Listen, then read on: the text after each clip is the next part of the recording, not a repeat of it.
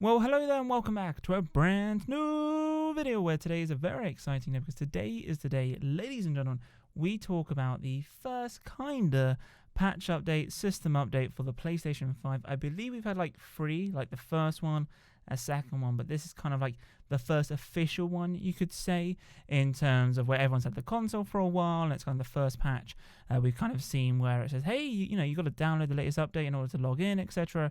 And that's what happened to me a few days ago. So I've kind of captured the process, and I kind of want to show you how fast it is to A, download, but B, install. It's way quicker than the PS4 Pro, which is obviously, as expected, you know, it's expected, right, for the PS5 to outperform the PS4 Pro, but it's nice to see that it, you know, in real life. We can see the numbers on paper and go, okay, well, this should be amazing, but it's actually nice to see that it's happening in real life. So before we get into the patch update, if you guys are curious in terms of how you get to the software update, it's a little bit different to the PS5 compared to the PS4 Pro. I mean, it's pretty much the same area, but in terms of how you get there, just a little bit different. So what you do is obviously on your dashboard itself, you want to click up, go all the way to settings, and then you've seen the screen here before, which is very easy. Go to system. Go to system software. You can go to the console information. It tells you a system software number, but it also tells you if there's an update available. And then you can go to system software update. It will tell you that there's an update. And you can check out the details. Normally PlayStation actually give us the details here, but they've kind of been a little bit cheeky, maybe a little bit cheap here, or laziness, who knows. But they're like, hey, scan the QR code. I actually scanned the QR code and it didn't actually work. But you can actually find the details from this video. I'll leave a link down below, and definitely doing future patch updates or future system software updates in the near future. So stay around to the channel, make sure you're subscribed, and you guys won't miss an update. So yeah, the QR code didn't work for me. Feel free to give it a go, but yeah, it didn't work for me at all. But once you've done that, basically you can then start installing, and this is real time, by the way. I'm not fast forwarding this or anything.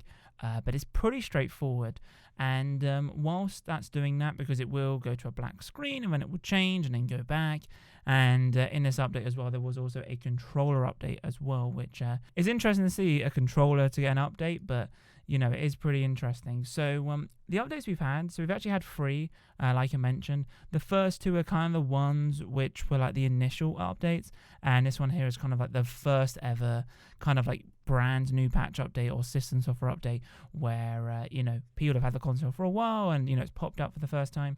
So this one, obviously, the system software update improves system performance. We've seen this all before. We've seen these multiple times. Multiple. We've seen them multiple times on the PS4 Pro, and that's pretty much every single update, unless it was a big update. But the update versions now are a little bit different. So rather than be like 4.7 or 7.0, this update is 20.02-02.30.00. Pretty interesting, not gonna lie. I wish they made it a little bit simpler, but hey, that's what it is.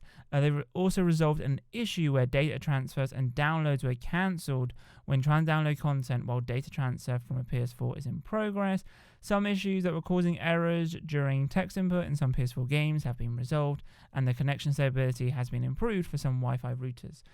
So yeah, that's pretty much the update, and yeah, it's pretty straightforward.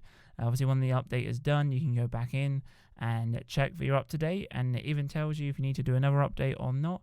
But like I said, there is a controller update as well. I don't know if I captured it here or not, but no, it was pretty interesting. Once I did it, it was like, oh hey, by the way, there's a controller update, and yeah, it's pretty interesting. But there we go, guys. Kind of the first type of system software update for the PlayStation 5. Like I said, I will be doing more videos once we see them. Some of you might have not known about this update because there is a setting on your PlayStation 5 where you can automatically download and install PS5 updates. I like to have these kind of like off, and for me to do them manually.